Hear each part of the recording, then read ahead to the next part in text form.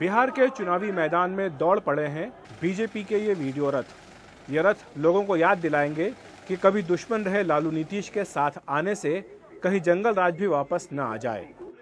नीतीश जी और लालू जी अगर साथ में आते हैं तो फिर से जंगल राज आएगा या नहीं आएगा? बताइए, आएगा या नहीं आएगा? एक महादलित के साथ धोखा करने वाला कोई आए? अगर नहीं चाहते हैं तो आपके पास एक ही विकल्प है, मजबूत एनडीए की सरकार बनाने का विकल्प है। अमित शाह के आज के भाषण से स्पष्ट है कि बिहार का चुनाव न केवल उनके लिए प्रतिष्ठा का प्रश्न है, बल्कि इस चुनाव को जीतने के लिए वो हर हथकंडे अपनाने को तैयार हैं। जहां तक चुनाव में तुरूप का पत्ते का सवाल है, तो उनके पास फिलहाल लालू यादव का 15 साल का शासन और नरेंद्र मोदी का 13 महीनों का कार्यकाल है। पटना रैली का मकसद एनडीए की एकजुटता दिखाना भी था, इसीलिए मंच और रथ दोनों पर रामविलास पासवान, जीतन राम मांझी और उपेंद्र कुशवाहा को भी जगह दी गई। कांग्रेस पार्टी आती है, राहुल गांधी मंच पर चढ़ने नहीं देता है लालू यादव को, सोनिया गांधी चढ़ने नहीं देती है, कहती है जेल से आया है, जेल के ऊपर में है। रामविलास पासवान जी का भी हम सुना, इनको तो जग जाहिर है, बिहार का बच्चा बच्चा जानता है कि माइग्रेटेड बर्ड है, चिड़िया है, कहाँ किस तालाब में मछली है, कब कहाँ सूखा है, इनको अच्छी तरह से मालूम है। इनको जिस राज को जंगल राज बोलते हैं रामविलास पासवान जी, उसी राज से इनको हम बना के अपने हाथों से सड़क पर से इनको संसद में हम भेजा, रामविलास पासवान जी को राज्यसभा में भेजवाया। मगर बीजेपी की दरार भी साफ दिखने लगी है। पटना के सांसद और वरिष्ठ बीजेपी नेता शत्रुघ्न सिन्हा रैली में नहीं आए। वहीं रैली के विज्ञापन में 15 नेताओं को तो जगह मिली, मगर पार्टी के मुस्लिम नेता शहनवाज हुसैन का चेहरा गायब रहा। सूत्रों के मुताबिक मोदी सरकार बिहार के लिए जल्द ही स्पेशल पैकेज का ऐलान कर सकती है। दिल्ली के नतीजों से मायूस बीजेपी के लिए बिहार बड़ी चुनौती है और इसीलिए उसने बिहार जीतने के लिए अपनी सारी ताकत झोंकने का फैसला किया है। दरअसल बीजेपी को यह एहसास है कि बिहार में मनमाफिक नतीजे नहीं आने से मोदी सरकार के लिए मुश्किलों का नया दौर शुरू हो जाएगा। पटना से मनीष कुमार के साथ दिल्ली में अखिलेश शर्मा, एनडीटीवी इंडिया। खुशफहमी में जीना है तो उसमें कौन रोकेगा? खुशफहमी में जिए। केवल एनडीए विधान परिषद का चुनाव, विधान परिषद का चुनाव कोई आम चुनाव है, इसी पर लोग इतरा रहे हैं, इतराने दीजिए।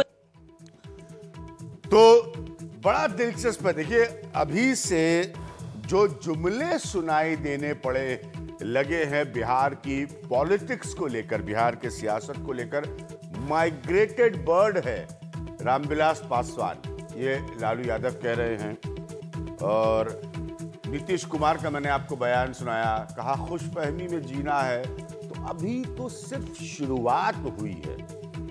अमित शाह ने लॉन्च किया है बीजेपी के कैंपेन को, बीजेपी के चुनाव के कैंपेन को बिहार में। कितना कुछ होगा, लेकिन एक बात बिल्कुल साफ है और इसको दोहरा रहा हूं क्योंकि बहुत पहले ये बार बार कही जा चुकी है कि नरेंद्र मोदी के भारतीय जनता पार्टी में उदय से और उसके बाद सर्वोपरि नेता बनने से और उसके बाद प्रधानमंत्री बनने तक एक रिश्ता अगर टूटा, सार्वजनिक तौर पर टूटा और उनके प्रधानमंत्री बनने से पहले ही बहुत पहले टूट गया, वो था नीतीश कुमार का।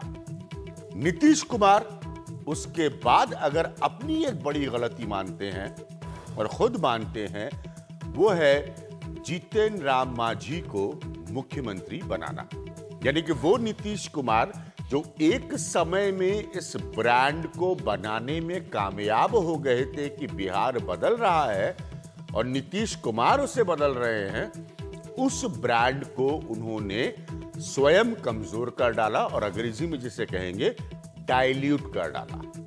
बीजेपी यही कह रही है कि लालू और नीतीश के आने से क्या बिहार में आप चाहते हैं, अमित शाह कह रहे हैं, भारतीय जनता पार्टी कह रही है क्या आप चाहते हैं कि जंगल राज वापस आ जाए? बहुत बहुत बहुत स्पष्ट है कि आज की स्थिति में यह नरेंद्र मोदी वर्सेस नीतीश कुमार है। बदली हुई सियासत है बिहार की, आसान चुनाव नहीं है। भारतीय जनता पार्टी जो बुरी तरह से हार चुकी है दिल्ली से मेरा मतलब दिल्ली का चुनाव, जो बुरी तरह से हार चुकी है दिल्ली, उसके लिए उत्तर प्रदेश की यात्रा करने से पहले सबसे बड़ा चुनावी पड़ाव है ये। मेरे साथ सब बारीकी से जानने वाले लोग हैं बिहार की पॉलिटिक्स को। उर्मिलेश जी हैं, सारे नेताओं को सुना और देखा, जैसे मैंने कहा अभी जुमले आने शुरू हो गए। माइग्रेटेड बर्ड खुशफहमी में ना रहे, और बड़े जुमले आएंगे। अभी तो सिर्फ शुरुआत है बिहार के चुनाव की। केसी त्यागी साहब सांसद हैं, वर्षों से ये पॉलिटिक्स जो हो रही है बिहार की, उसको देखते आ रहे हैं। सभी खिलाड़ियों को वहां बहुत अच्छी तरह से केसी त्यागी साहब अपने तजुर्बे से जानते और समझते हैं। जीवीएल नरसिम्हा राव, इनको जब भी मैं इंट्रोड्यूस करता हूं एक बात जरूर कहता हूं कि ये पहले सेफोलॉजिस्ट थे, बाद में भारतीय जनता पार्टी के प्रवक्ता हो गए। और आलोक मेहता है, जो आप सब जानते हैं, लीडर है आरजेडी के। बड़ा दिलचस्प स्थिति है अब ये। नए दोस्त, नए साथी नीतीश कुमार, लालू यादव, बीजेपी कोई चेहरा नहीं, अभी भी नरेंद्र मोदी, और ये अभी जो लग रहा है वो वर्सेस नीतीश कुमार है। क्या वजह है कि बीजेपी एकदम स्ट्रेटेजिकली स्पष्ट थी किरण बेदी फियास्को के बाद, किरण बेदी के बुरी तरह से दिल्ली इनको हरवाने के बाद, कि चेहरा नहीं देंगे, चाहे आपसी नेता अपना फोटो कहीं भी लगवा ले, हम नहीं देंगे चेहरा। बिल्कुल आप सही कह रहे हैं, क्योंकि उनको लगता है कि बिहार की बीजेपी में इतने चेहरे हैं। मुझे लगता है 7-8 तो कम से कम अभी दिखाई दे रहे हैं, जो उछल कूद रहे हैं कि भाई हम मुख्यमंत्री हैं, हम मुख्यमंत्री हैं। बहुमत आना बाकी है, चुनाव होना बाकी है, विधायक दल का नेता चुना जाना बाकी है, पार्लियामेंट्री बोर्ड बैठना बाकी है। लेकिन 6-6, 7-7 लोग हैं जो मुख्यमंत्री पद के लिए ऑलरेडी दावेदार हैं। यहाँ एक मुख्यमंत्री ऑलरेडी हैं, नीतीश कुमार, इस गठबंधन की ओर से चुनाव जीतने की स्थिति में भी वही डिक्लेयर्ड मुख्यमंत्री हैं। तो बीजेपी की वाकई ये परेशानी है अभिज्ञान कि अगर वो डिक्लेयर करते तो बहुत मुश्किल हो जाती। हर व्यक्ति एक दूसरे की टांग खींचने में लग जाता बहुत तेजी से। अभी भी गुंजाइश उसकी खत्म नहीं हुई है टांग खींचने वाली। लेकिन नरेंद्र मोदी का चेहरा अगर आगे करके, लेकिन अब शाहनवाज हुसैन की फोटो नहीं है या शत्रुघ्न सिन्हा बयान, इनको गंभीरता से नहीं ले सकते। शत्रुघ्न सिन्हा के पॉलिटिकल प्रोफाइल को ऐसी नहीं है कि आप बड़ी गंभीरता से उनकी, लेकिन नरेंद्र मोदी जी का चेहरा लगाकर अगर वो चुनाव लड़ते हैं तो बीजेपी को, आरएसएस को अभी भी ये लगता है कि अभी उनके सबसे बड़े पोस्टर बॉय प्रधानमंत्री ही हैं, और बिहार में कोई ऐसा नेता नहीं है जो एक्सेप्टेबल हो। हार के बाद भी, जी हाँ, मैं मानता हूं कि बिहार में भी, दिल्ली की हार के बाद भी बिहार में जितने और नेता हैं उनके मुकाबले अगर वाकई कोई बड़ा नाम, बड़ा चेहरा है जो प्रभाव डाल सकता है थोड़ा बहुत या बहुत ज्यादा, तो वो नीतीश कुमार ही, नरेंद्र मोदी जी ही हैं बीजेपी की तरफ से। क्योंकि जैसे ही आप सुशील मोदी का नाम लेंगे, जैसे ही आप नंद किशोर यादव का नाम लेंगे, सभी आपको याद है वो पूरा विज्ञापन का विवाद, एनडीए का डिनर, ये सब कुछ हुआ था। बड़ा स्पष्ट था कि भाई ये अब अहम का टकराव हो गया है नीतीश कुमार और नरेंद्र मोदी का। स्पष्ट अलग हुए, जनता ने नरेंद्र मोदी को 282 सीटों के साथ लोकसभा में स्वीकार किया। रिलेशनशिप तो तभी समाप्त हो गई। क्या आपको लग रहा है कि वो सियासी अहम का टकराव वापस आएगा? वो बिल्कुल है, इसके बावजूद कि संवाद खूब होता है दोनों में। अब अभी कल ही देखते मुस्कुराती हुई तस्वीरें छपी हैं अखबार में, तो वो तो एक औपचारिकता है। लेकिन ये जो टकराव है वो तो बरकरार है सियासत में। और दूसरी बात कि देखिए, आरजेडी और जेडीयू गठबंधन को बार बार इस कैंपेन में, चुनाव के, ये कहने का मौका रहेगा कि जनाब आप प्रधानमंत्री हैं, लेकिन मुख्यमंत्री के लिए आपका कौन है? ये जो सवाल है, मुझे लगता है नरसिंह राव की पार्टी को इसका जवाब देने में बड़ी मुश्किल होगी। इसका जवाब दीजिए। इसका जवाब देने में उर्मिलेश जी के हिसाब से आप लोगों को बड़ी मुश्किल होगी कि आपको दिल्ली में चेहरा मिलता है किरण बेदी, जो आपको 70 में से 3 सीटें दिलवाती हैं, और बिहार में आपको चेहरा नहीं मिलता है, फिर आप लोग ये लॉजिक देने लगते हैं कि हर चुनाव अलग फॉर्मूला से लड़ा जाता है। अभिज्ञान जी, हमें ऐसे चुनौती हमें महाराष्ट्र में भी दिया गया, हरियाणा में भी ऐसे चुनौती हमें मिला। हमें यही कहा गया कि महाराष्ट्र में हमारे पास पृथ्वीराज चौहान है, मुख्यमंत्री है, गठबंधन के लिए वो भावी मुख्यमंत्री भी रहेंगे, और हमारे पास कई नेता थे, कई चेहरे थे, ये मैं मानता हूं। महाराष्ट्र में भी थे, आज बिहार में भी है। हम इसको एक ताकत के रूप में देखते हैं, न कि किसी वीकनेस के रूप में हम देखते हैं। और प्रधानमंत्री मोदी जी का चेहरा पूरे देश भर में काफी प्रभावी नेता है। आज भी देश के सबसे बड़े प्रमुख, सबसे बड़े लोकप्रिय नेता, केवल आज के समय नहीं, मैं कहूंगा अब तक जितने लोग नेता प्रधानमंत्री रहे, उसमें प्रधानमंत्री मोदी जी सबसे ज्यादा लोकप्रिय नेता है। तो इसलिए हमें उस करिश्मा पर, जितने प्रधानमंत्री रहे उसमें सबसे लोकप्रिय अटल बिहारी वाजपेयी से भी ज्यादा लोकप्रिय भारतीय जनता पार्टी के हिसाब से जीवन नरसिम्हा राव। ये मैं पूछ रहा हूं आपसे, बीजेपी अभी तक कहती थी, थोड़ा मेरा कंफ्यूजन क्लियर कर दीजिए। नहीं, देखिए कोई तुलना मैं नहीं करना चाहता, बट लेकिन जो संख्या बल है उसके आधार पर भी आपको पता चलेगा कि हम 282 सीट जीते हैं पहली बार। लेकिन राजीव गांधी के पास तो बहुत ज्यादा सीटें थी, 400 प्लस थी। हाँ, राजीव गांधी के पास, लेकिन वो डायनास्टिक, बीजेपी के प्रवक्ता की तरह बयान देने उनको पूरा अधिकार है। हाँ जीवीएल साहब, हाँ राजीव गांधी का विषय अलग है, उस पर चर्चा में समय हमें व्यर्थ नहीं करना चाहिए। और जहां तक हमारे जो बड़े नेता है बिहार में, ऐसे कई नेता है, उसमें से किसी को आगे करना है नहीं करना है, ये अंत में भारतीय जनता पार्टी की पार्लियामेंट्री बोर्ड तय करेगी। बट लेकिन हमें प्रधानमंत्री मोदी जी को आगे करके उनके नेतृत्व में चुनाव लड़ने से हमें बहुत बड़ी सफलता मिली है। महाराष्ट्र में मिली, हरियाणा में मिली। हरियाणा में जहां हमें दिल्ली में नहीं मिली से ज्यादा कभी अपने ताकत पर नहीं मिले थे। मैं आता हूं उस पर। दिल्ली में नहीं मिली, ये सच्चाई। चुनाव प्रचार के आखिरी 3 दिन बहुत रैली आपने नरेंद्र मोदी जी से कराई थी दिल्ली में नहीं मिली। 3 सीट मिली आपको दिल्ली में। हमें, मैं इस पर जवाब दे रहा हूं, दिल्ली में हमें सफलता नहीं मिली है, उसमें भी हमें बहुत कुछ सीखने के लिए मिला है, और हम अपने वोट शेयर को कायम रख पाए। बट लेकिन हम चुनाव में जो हम उम्मीद करते थे जीत सकते हैं, वैसा नहीं कर पाए। तो इसलिए ये केवल एक नेतृत्व के आधार पर ही चुनाव जीता जा सकता है, ऐसा भी नहीं है, ऐसा हमें भी पता है। और इसलिए हमें एक राष्ट्रीय स्तर की नेतृत्व, प्रधानमंत्री जी का नेतृत्व और राज्य स्तर पर जो नेतृत्व, सबको समेट करके और एक अच्छे एक रणनीति के तहत हमें चुनाव लड़ना होगा। और इसलिए हम गठबंधन कर रहे हैं, इसलिए कई पार्टियों के साथ हमारा बिहार में गठबंधन हुआ है। सबको साथ लेकर हर चुनाव में अभिज्ञान जी, हर चुनाव में हमें कम आंका गया। लोकसभा में बिहार में हमें कम आंका गया, पिछले विधानसभा चुनाव में हमें कम आंका गया था। हम सबसे ज्यादा स्ट्राइक रेट नीतीश कुमार से कई ज्यादा प्रतिशत हमारी स्ट्राइक रेट रही है। तो इसलिए हमें उम्मीद है, जैसा हम अभी काउंसिल के चुनाव जीत चुके हैं, जिस प्रकार हमने एक शानदार रिजल्ट हमें मिला है, हमें उम्मीद है हम बहुत अच्छा करेंगे, वहां जनता को एक सुशासन वाली सरकार दे सकते हैं, हमें पूर्ण उम्मीद है। केसी त्यागी साहब को समझ दूंगा, एक मिनट। हाँ, आप अपने काउंसिल का चुनाव जीता है, उससे पहले बाई इलेक्शंस के लिए नीतीश और लालू जी का कॉम्बिनेशन अपने आप को क्रेडिट दे रहा है। अब केसी त्यागी साहब, एक समय था, और इसमें कोई दो राय नहीं है, कि बिहार बदल रहा है, विकसित हो रहा है, इसका सर ताज पहनकर नीतीश कुमार घूम रहे थे। फिर उन्होंने सियासी गलती कर दी उनके हिसाब से और मांझी जी को मुख्यमंत्री बनाया। अब ब्रांड नीतीश वो नहीं है जो तब की ब्रांड नीतीश थी।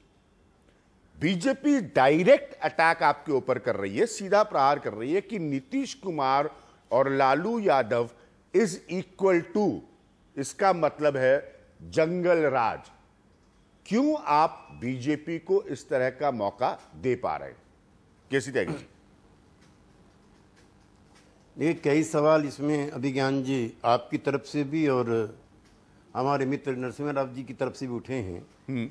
एक तो मुझे 70 के दशक की याद दिलाता है, जब राज्यों में चुनाव हुआ करते थे उस समय इनकी जनसंघ थी और हमारा लोकदल था, तो इंदिरा गांधी के नेतृत्व में ही गोवा में चुनाव होगा, इंदिरा गांधी के नेतृत्व में मध्य प्रदेश में होगा, और ग्वालियर की नगर पालिका में होगा, उत्तर प्रदेश में होगा, बिहार में होगा। तो वो जो व्यक्तिवादी राजनीति थी जिसका इनके नेता श्री अटल बिहारी वाजपेयी और हमारे नेता मधुले में जॉर्ज फर्नांडिस और चौधरी चरण सिंह विरोध करते थे, एक तो ये उस युग की वापसी हो गई है। दूसरा, नरेंद्र मोदी जी 3 मार्च 2014 को मुजफ्फरपुर गए थे और उसके 1 साल 4 महीने के बाद पुणे 25 जुलाई को फिर जाएंगे। इसी बीच में श्री वेंकैया नायडू जी गए और उन्होंने कहा कि दिल्ली में बड़ा मोदी, नीचे छोटा मोदी। तो भारतीय जनता पार्टी भी अभिज्ञान जी सहज नहीं है, उसके अंदर भी अगड़े पिछड़े की लड़ाई है। उनकी घोषणा के 24 घंटे के अंदर जी सीपी ठाकुर जी और जो राज्य मंत्री हैं उन दोनों ने, गिरिराज सिंह जी, उन्होंने कहा नहीं, इनके नेतृत्व में नहीं, चुनाव बिहार में श्री नरेंद्र मोदी के नेतृत्व में लड़ा जाएगा। घटक दलों के सारे नेता क्रमशः जीतन राम मांझी जी से लेकर के और उपेंद्र कुशवाहा जी तक मुख्यमंत्री के दावेदार रह चुके हैं। तो जो अंतः संघर्ष चल रहा है जातीय और व्यक्ति का, वो बीजेपी के अंदर अभी भी जारी है। केसी त्यागी जी, व्यक्ति विशेष का जिक्र करना, जिस बिहार की पॉलिटिक्स में नीतीश कुमार के चेहरे और लीडरशिप के इर्द गिर्द आप लोगों की सारी पॉलिटिक्स घूम रही हो, उसमें व्यक्ति विशेष का गुणगान हो रहा है। 70 के दशक की तुलना करना, आपने मधुलिमा जी को देखा, वाजपेयी जी को देखा, जॉर्ज फर्नांडिस जी के साथ काम किया, आप बहुत तजुर्बेकार लोगों में से हैं। क्या ये बेईमानी नहीं होगी? क्या ये गलत नहीं होगा? नीतीश कुमार और नीतीश कुमार के आसपास की पॉलिटिक्स उतनी व्यक्ति विशेष है जितनी नरेंद्र मोदी और नरेंद्र मोदी के आसपास की पॉलिटिक्स? नहीं, मैं आपकी बात से असहमत रखता हूं। क्यों? महाशक्तिशाली नीतीश कुमार जी के बावजूद भी पार्टी के राष्ट्रीय अध्यक्ष शरद यादव जी हैं, एक पार्लियामेंट्री बोर्ड है, और नीतीश कुमार जी की ना चाहने के बावजूद भी कई फैसले अभी भी पार्टी में होते हैं। नीतीश कुमार जी स्वयं उसकी स्वीकृति भी देते हैं और उसको पसंद भी करते हैं। वो सारे पॉलिटिकल सिस्टम तो बीजेपी में भी है, उनके पास भी अध्यक्ष अमित शाह जो कि नरेंद्र मोदी के सबसे करीबी हैं, उनके पास भी पार्लियामेंट्री बोर्ड है। अभी जीवीएल नरसिम्हा राव ने कहा कि हम पार्लियामेंट्री बोर्ड में तय कर लेंगे। ये तो पार्लियामेंट्री बोर्ड, फलानी कमेटी, ढिमाकी कमेटी, ये सारी पार्टियों में होती है, लेकिन सबको अंततः पता होता है कि ये तो व्यक्ति विशेष पॉलिटिक्स है। क्या आप सच में मानते हैं कि जेडीयू, और मैं आप जानते हैं शरद जी को बहुत अच्छी तरह से जानता, शरद यादव जी को, क्या वाकई ये स्ट्रक्चर अलग है? ये इंपॉर्टेंट पॉइंट आप रेज कर रहे हैं त्यागी जी। ऐसा है कि हम भी और जनसंघ भी, हाँ, जिसके उत्तराधिकारी नरसिंह राव जी मेरे मित्र हैं, हम व्यक्ति आधारित राजनीति का विरोध करते रहे। डॉक्टर लोहिया भी करते रहे, चरण सिंह जी भी करते रहे, हमारे और भी पुरखे करते रहे। और अटल अडवाणी एरा में भी अटल अडवाणी जी इतने बड़े थे कि जो चाहे सो फैसला कर सकते थे, लेकिन वो उस तरह का उनका नहीं था जिस तरह का मोदी जी का और शाह जी का है। इसलिए जो नया नेतृत्व है वो नए तरीके से फैसले लेने का आदी है। और उसमें मैं, चूंकि आज का बहस का मुद्दा वो नहीं है, फिर तो और कई बहस होगी तो इसको फिर किस दिन करेंगे, चूंकि मेरे मित्र को भी है, प्रिय ना लगे। आज बिहार में हमारा जो चुनाव अभियान है वो बहुत सकारात्मक है।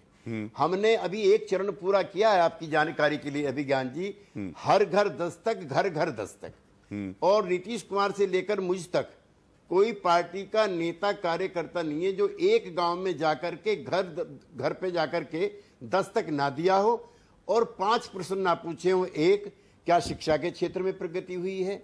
2, क्या बिजली के क्षेत्र में प्रगति हुई है? 3, क्या स्वास्थ्य के क्षेत्र में प्रगति हुई है? 4, रोड या इंफ्रास्ट्रक्चर के क्षेत्र में प्रगति हुई है? क्या अपराध से थोड़ा मुक्ति मिली है?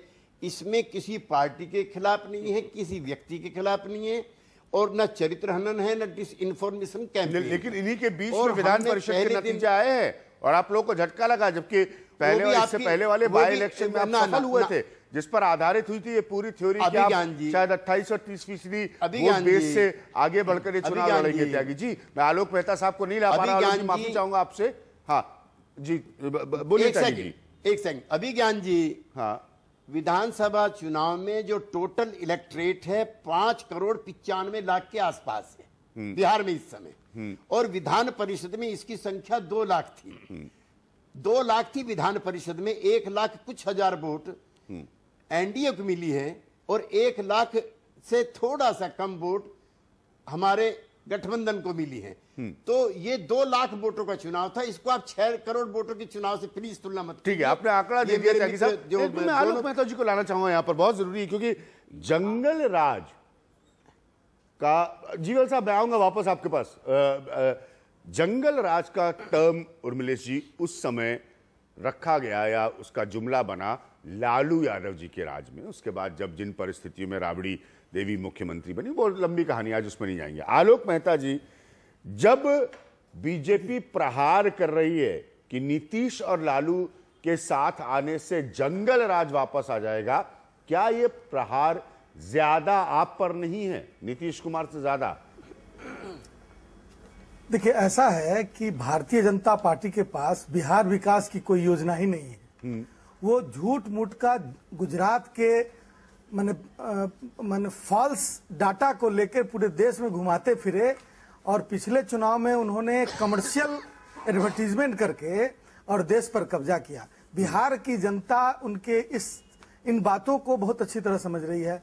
जंगल राज, जिस जंगल राज की बात वो करते हैं, वो जंगल राज वही राज है जब रूढ़िवादी तत्वों को, जिन लोगों ने बिहार की गद्दी पर कब्जा कर रखा था, उससे मुक्ति दिलाकर लालू प्रसाद ने गांव के अंतिम छोर, समाज के अंतिम पंक्ति में बैठने वाले लोगों को आगे लाने का काम किया और सत्ता में हिस्सेदारी दिलाई। अब वो जो सामाजिक मीर हमारे आउटपुट एडिटर है, वो मुझे कान में प्रश्न बता रहे, बड़ा अच्छा प्रश्न है जो कह रहे हैं कि जिनसे मुक्ति आप कह रहे हैं लालू यादव ने दिलवाई थी, उन्हीं लालू यादव से मुक्ति नीतीश कुमार ने दिलवाई, और अब आप दोनों लोग मिलके किसको मुक्ति दिलवाने वाले हैं, यही बिहार का चुनाव जवाब देगा। मुक्ति से मतलब आज भी तमाम यथास्थितिवादी लोग भारतीय जनता पार्टी के कोर ग्रुप और उसके मेंबर्स हैं, बिहार के मंत्री बने हुए हैं, या उनके अलायंस भी जो किसी कारणवश नाखुश होकर उधर गए। तो मेरा कहने का मतलब है कि जिस जंगल राज की बात वो करते हैं, सामाजिक विकास का नाम उसे हम सकारात्मक नाम यदि दें तो सामाजिक विकास है, और सामाजिक विकास किसी भी देश और व्यवस्था के विकास में 35% की हिस्सेदारी रखता है। मैं मानता हूं, या हमारे लोगों का मानना है, बिहार की अधिकांश जनता जो बिल्कुल इनके जुमलों से अनजान है, उनका मानना है कि विकास के 2 पहलू हैं। एक मकान की तरह है, लालू प्रसाद ने उसकी नींव डाली और नीतीश कुमार ने उसका सुपर स्ट्रक्चर बनाया। उसमें हम सहयोग कर रहे हैं कि विकास सचमुच सर्वांगीण विकास हो, सामाजिक विकास हो, आर्थिक विकास हो, औद्योगिक विकास हो, और उस दिशा में बिहार बढ़ चला है। ठीक है, रथ यात्रा पर वापस आ रही है भारतीय जनता पार्टी। उसके बाद मैं जीवीएल साहब को समझ देना चाहूंगा। अब देखिए, एक बात, एक भारतीय जनता पार्टी का सबसे बड़ा प्रॉब्लम यह है कि भारतीय जनता पार्टी के पास कोई टेंजेबल मॉडल नहीं है जो बिहार की जनता के सामने रखकर और बिहार की जनता को आकर्षित करे। वो तमाम उसी तरह के जुमले, उसी तरह की बातें, नकारात्मक माने वो स्लोगन्स और पैसे का बेतहासा प्रदर्शन।